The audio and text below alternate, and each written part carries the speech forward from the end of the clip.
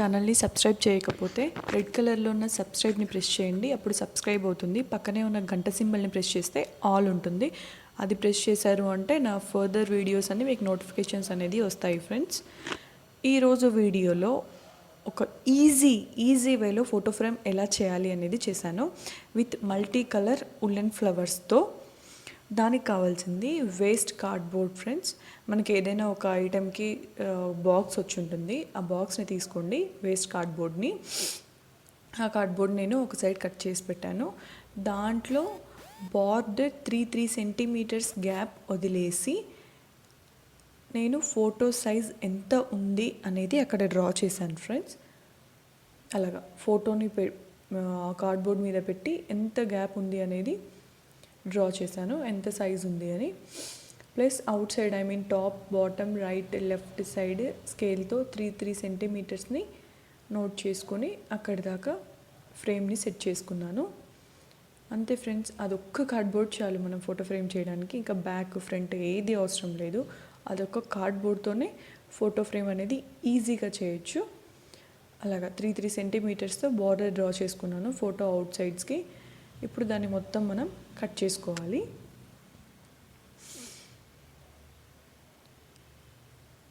అలా friends, cut చేసిన తర్వాత ఫోటో పెడితే మొత్తం మా అవుటర్ బార్డర్ అంతా 3 సెంటీమీటర్స్తో ఉంది. ప్లస్ మనం ఫోటో సెట్ చేయడానికి గ్లూ పెట్టేసి దానిపైన ఫోటోని అనేది ఆ కార్డ్బోర్డ్ మీద ఫోటోని స్టిక్ చేసేయాలి. అలాగా స్టిక్ చేసేసేయాలి.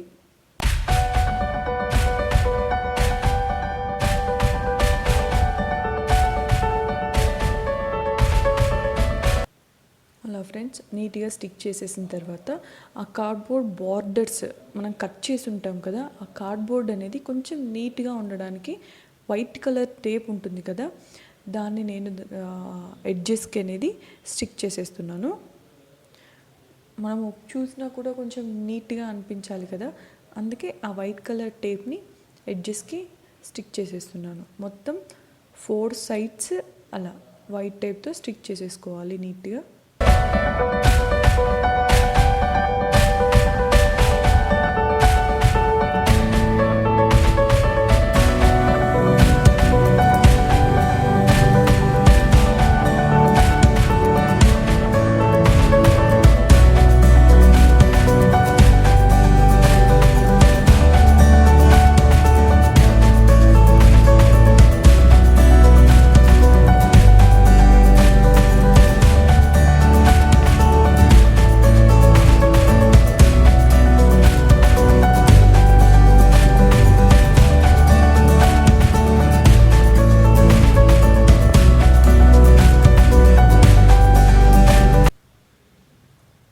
అలా 4 సైడ్స్ పెట్టుకున్న తర్వాత నెక్స్ట్ మనం ఉల్లెన్ ఫ్లవర్ రెడీ చేసుకోవాలి. మల్టీ కలర్ అండి.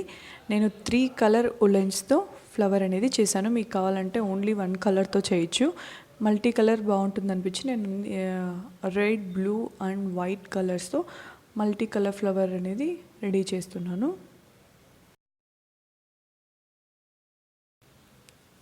మీకు ఫ్లవర్ అనేది ఎక్కువ థిక్గా కావాలి అంటే ఉల్లెన్ని ఎక్కువ రౌండ్స్ చేసుకోండి, లేదు నార్మల్గా ఉంటే చాలు అంటే నార్మల్గా రౌండ్స్ చేసుకోండి. ఉల్లెన్ ఫ్లవర్ అనేది నేను ఇంతకుముందు సపరేట్ వీడియోలో పెట్టాను.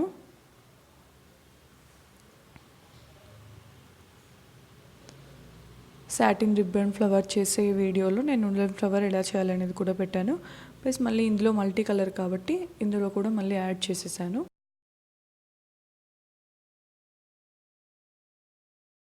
మొత్తం కట్ చేసుకున్నాక ఎడ్జెస్ ఏవైతే ఎక్స్ట్రా ఉన్నాయో వాటిని నీట్గా కట్ చేసేసుకొని సెట్ చేసుకోవాలి.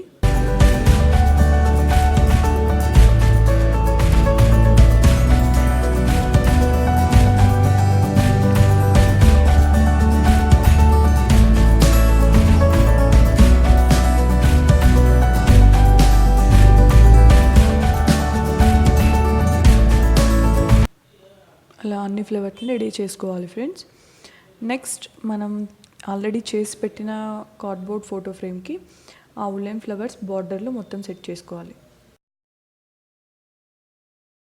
ఇప్పుడు ఆ పేపర్ ఎందుకు అంటే ఆ ఫోటో ఫ్రేమ్ బ్యాక్గ్రౌండ్ అనేది మనకు అలా ఉంది కదా, దాన్ని క్లోజ్ చేయడానికి నేను A4 పేపర్ తీసుకొని కార్డ్బోర్డ్ ఆ ఫోటో ఫ్రేమ్ సైజులో కట్ చేసుకున్నాను.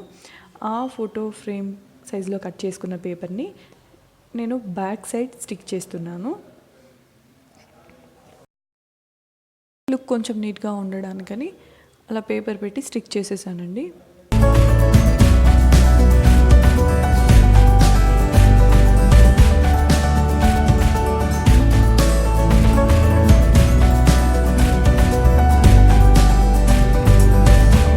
ఇప్పుడు మనం ఆ ఫోటో ఫ్రేమ్ బార్డర్కి మనం ముందు చేసి పెట్టుకున్న ఆ మల్టీ కలర్ ఉల్లెన్ ఫ్లవర్స్ని అనేది సెట్ చేసుకోవాలి.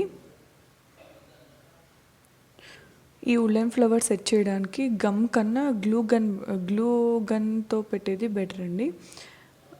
గమ్ ఎందుకు అంటే నార్మల్ గ్లూ వచ్చేసి మనం ఆ ఉల్లెన్ అనేది అబ్జార్బ్ చేస్తుంది, అందుకు స్టిఫ్గా ఉండదు. సో గ్లూ గన్ అయితే ఆటోమేటిక్గా స్టిక్ అయిపోతుంది. అలా మొత్తం రౌండ్గా ఫ్లవర్స్ని సెట్ చేసుకోవాలి. అంతే ఫ్రెండ్స్, ఎంతో సింపుల్ అండ్ ఈజీగా రెడీ అయిపోయి ఫోటో ఫ్రేమ్ రెడీ అయిపోయింది.